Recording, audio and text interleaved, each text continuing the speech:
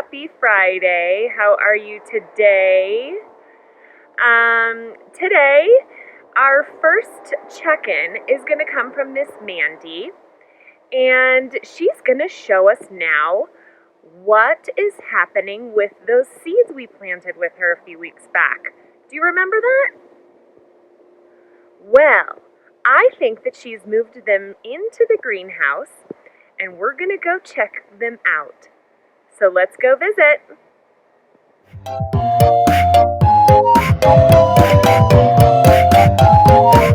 Hey friends, it's Miss Mandy here. I thought we'd go check out all the things that we planted in the greenhouse. Come on inside. Let's take a tour. See what's happening.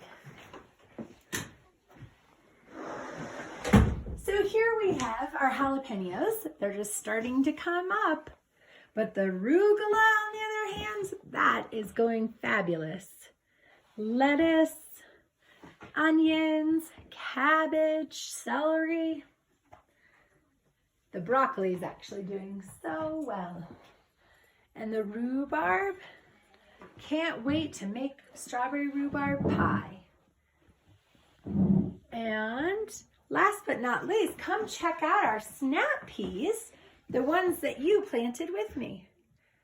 They are growing huge and doing fabulous. Can't wait till we can eat them. Yum, yum. Thank you so much, Miss Mandy. Once again, we always love visiting with you, and we can't wait to taste those sugar snap peas when they fully grow. So there has been lots and lots of talk about viruses lately, right? And it's important for us to know exactly what a virus is. We're going to be going over how to wash our hands again and what the COVID symptoms are and how we can determine whether or not we feel sick, just so that we all can learn about all those things one more time before we head back to school. But one thing we need to learn first is what a virus actually is. So let's go check out SciShow Kids on YouTube, and let's see what they say about a virus. We'll see you back here in just a minute. Smile and learn. Today, we're going to learn about viruses. Have you ever had the flu? Achoo! Do you know why we catch the flu? Achoo! It's probably because of a virus. Do you know what viruses are? We'll tell you all about them. What are viruses? Viruses are microorganisms. This means they are invisible in plain sight. To be able to see them, we need a microscope. Did you know that viruses are not living organisms? This is because, unlike cells, viruses cannot carry out the vital function of reproduction by themselves. To be able to carry out the vital function of reproduction, viruses need a host, that is to say, a living being in which to live. When they find one, the host will be infected by the virus. From this point forward, the virus will be able to replicate its genetic material in the host cells and copy itself many times to infect the entire organism. That's why sometimes viruses are known as infectious agents. Viruses' structure. Viruses are simple organisms, found almost anywhere. Their main structure consists of an exterior shell called capsid, and genetic material found inside the virus. The capsid is usually made of protein. The genetic material, which can be either DNA or RNA, contains necessary information to elaborate and form the complete structure of the virus. Some viruses may have an additional outer wrapping cover. How do viruses spread? Viruses can spread through different vectors like animals, water, air, food, or objects. A vector is the carrier of a virus that can infect other organisms. A mosquito bite, for example, can cause a virus to spread to another animal. Every time we cough, viruses spread out in the air. They are easily transmitted and infect living beings in the environment.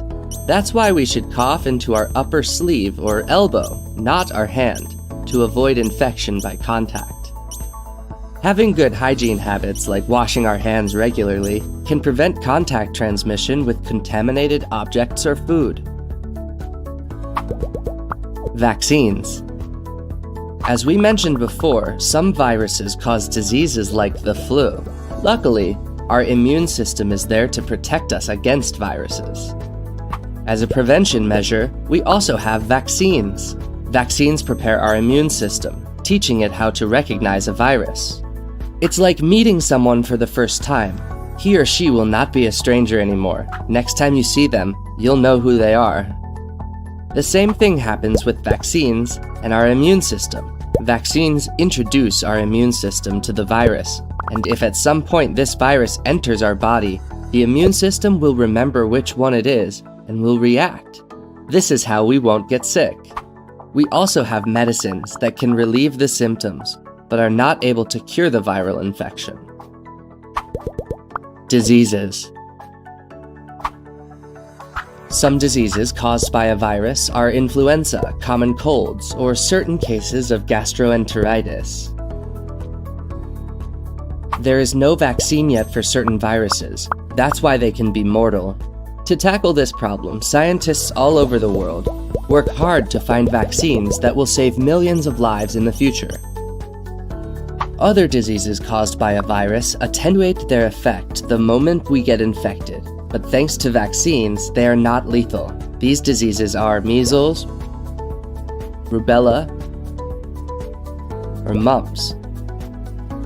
However, high-risk populations like children, asthma patients, or elderly people should be vaccinated every year.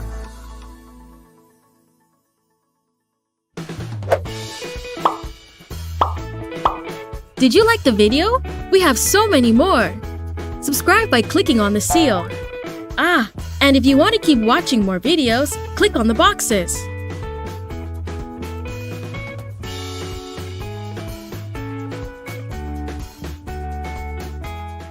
Okay, so did we learn a little bit about viruses?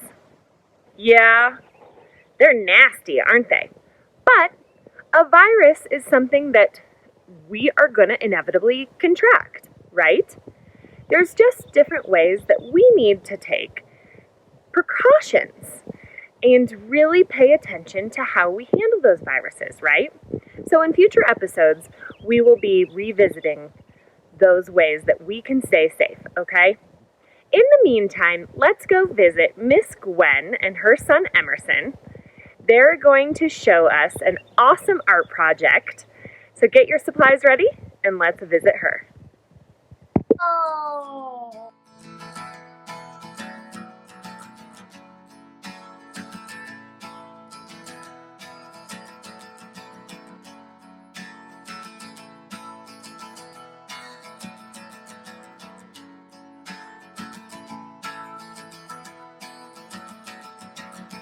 Today is gonna be the day that they're gonna throw it back to you. Recycle. By Reduce. now you should have somehow realized what you gotta do. Reuse. Reduce. Today we're going to do a project using some egg cartons. We are reducing, reusing, and recycling. So in order for us to do this project, we're going to need an empty container of egg cartons, pair of scissors. We're using super glue, but if you have a hot glue gun will work as well. Construction paper, brown paint, and green paint. So first, we will take our egg carton and cut it into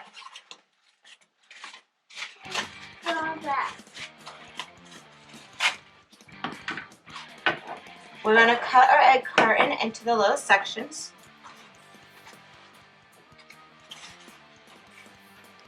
Don't cut fingers. Thanks, Emerson. Repentant backward. Pop the new coordinates and cast a map aside. Now I gotta ramble on. Navigate the pitfalls across the great divide. The map maker's legend has direction and the key. Accept the explanation, but what good is it to me? I can't see the rationality. The world's not my responsibility. And happiness isn't there for me.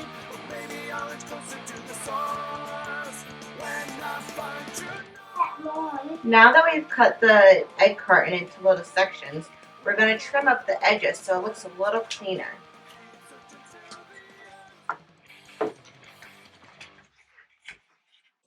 Instead of us using a hot glue gun, we're going to use tape instead. So we cut the corners a little, folded them in, and put the tape right there.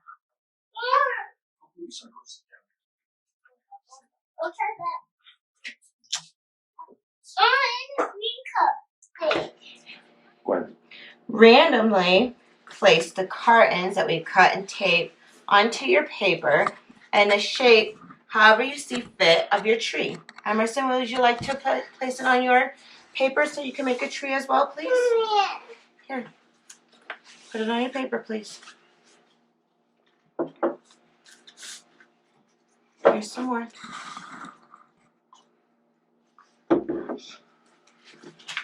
There's yours right there. Here, put them on.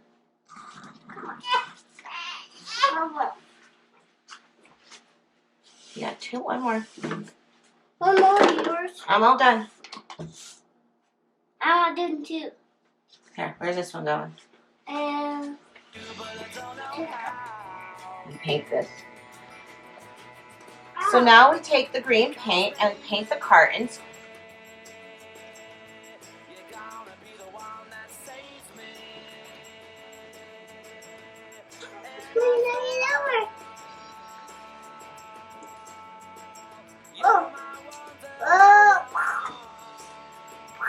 that one's How's your painting coming?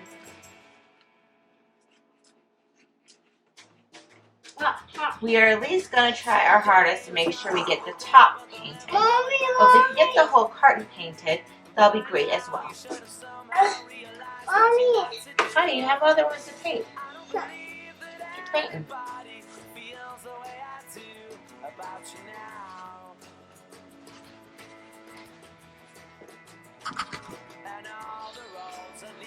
Since we painted the cartons green at the top, I have mine, and then here's Emerson's. No, that's mine. I know, hold on, I'm showing it to the camera. Oh. Whoops, yours fell. We're gonna draw a little trunk.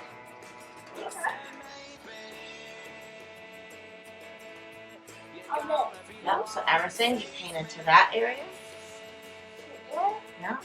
That line. And then Stay into that line. if you can stay in that line, that'll be great. Right here. Yep. Clean up. No, we don't need green. You need your brown. Oh, mommy. Can I do that one? Fine. Can I do yours? Okay, can you paint yours, please? Can I do mine? Paint yours so we can show everyone how your paint looks.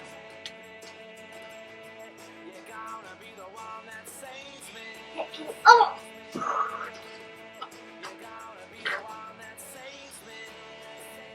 That was sticking on the floor.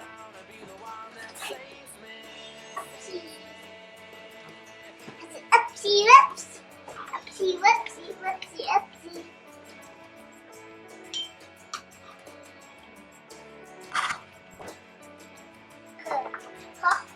Then after you finish painting your trunk, this is your finished product. Can you show yours? And here's Emerson's. Oh, one's full. Happy Earth Day. Remember, reduce, reuse, recycle. You're supposed to say that with me. Can you say it with me? Gwen, that was super fun, and I hope you guys at home enjoyed doing that art project too. If you haven't done it yet, it is a great one, so make sure you get the supplies to do so, okay? All right, today's read aloud is coming actually from somebody super special. We've never visited them before, and we don't actually know them. They're coming from YouTube. That's right, it's another awesome channel that you can subscribe to. It is called Storytime Family. And we're going to go visit them, and they're going to read us a special book today. let's go check out their story. Happy Friday, everybody. I love you. I miss you. I can't wait to see you in just a few short weeks. And we will see you on Monday. Bye-bye.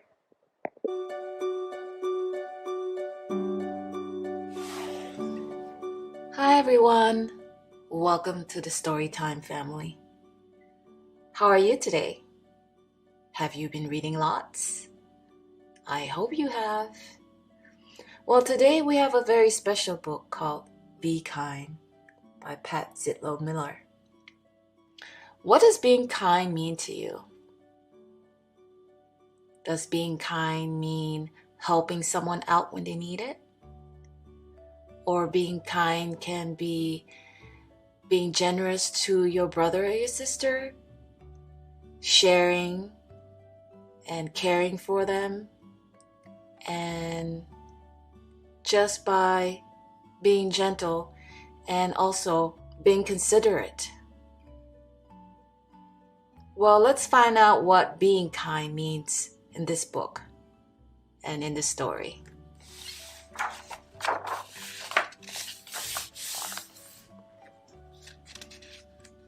Be kind. Tanisha spilled grape juice yesterday.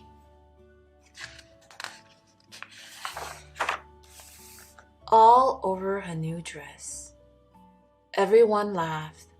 I almost did too. But Mom always tells me to be kind. So I tried. I don't think it worked, I said. Purple is my favorite color. I thought Tanisha would smile, but she ran into the hall instead. When she came back, snack time was over. She put on her art smock and didn't look at anyone. I almost told Tanisha that art was my favorite class, but I didn't want her to leave again. So I painted purple splotches and added some green until I had a bunch of beautiful violets. While I painted, I thought about Tanisha. Should I have handed her my napkin? Let her borrow my sweatshirt? Spilled my juice so everyone stared at me instead? What does it mean to be kind anyway? What does it mean to be kind to you? Or what does it mean for someone to be kind to you? Maybe it's giving, making cookies for Mr. Rinaldi who lives alone, letting someone with smaller feet have my too tight shoes. He might win races in them too. Maybe it's helping, putting dirty dishes in the sink, like helping out Mommy clean up after yourself, picking up your laundry, making your bed, cleaning up after Otis, our class guinea pig. He's a messy eater. Maybe it's paying attention, telling Desmond I like his blue boots, asking the new girl to be my partner, listening to Aunt Franny's stories, even the ones I've heard before. Being kind could also be saying nice things about someone, complimenting someone, telling your mom that she looks so pretty today, picking her flowers. Being kind should be easy, like throwing away a wrapper or recycling a bottle, or saying, thank you, bless you. My mom says the quickest way to be kind is to use people's names. Hey Kayla, what's new, Omar? Good afternoon, Rabbi Mandelbook. Being kind can be hard too. Even when you know what to do, teaching someone something I'm good at is tricky, even when I'm patient. Being kind could be also sharing with your siblings and sticking up for someone when other kids aren't kind is really hard and really scary. Maybe I can't solve Tanisha's grape juice problem, Maybe all I can do is sit by her in art class and paint this picture for her because I know she likes purple too. Maybe I can only do small things, but my small things might join small things other people do. And together they could grow into something big. Remember, kids, small things can make a big difference too.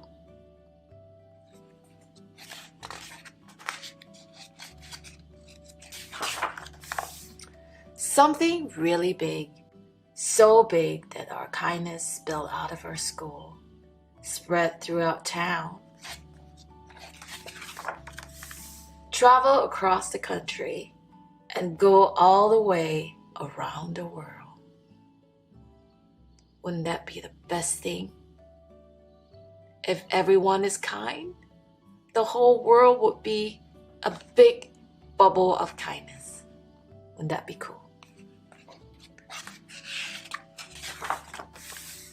Right back to Tanisha and me, so we can be kind again and again.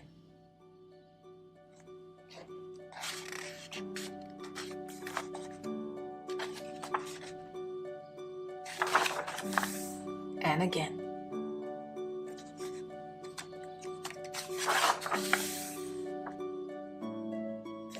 Now, I told you that was a very special story, don't you think? So what does being kind mean to you? Leave us a comment and let us know. Hope you enjoyed the story. Come back and see us again and click on the notification bell for the next video. Thanks so much for dropping by. Take care now. Bye-bye.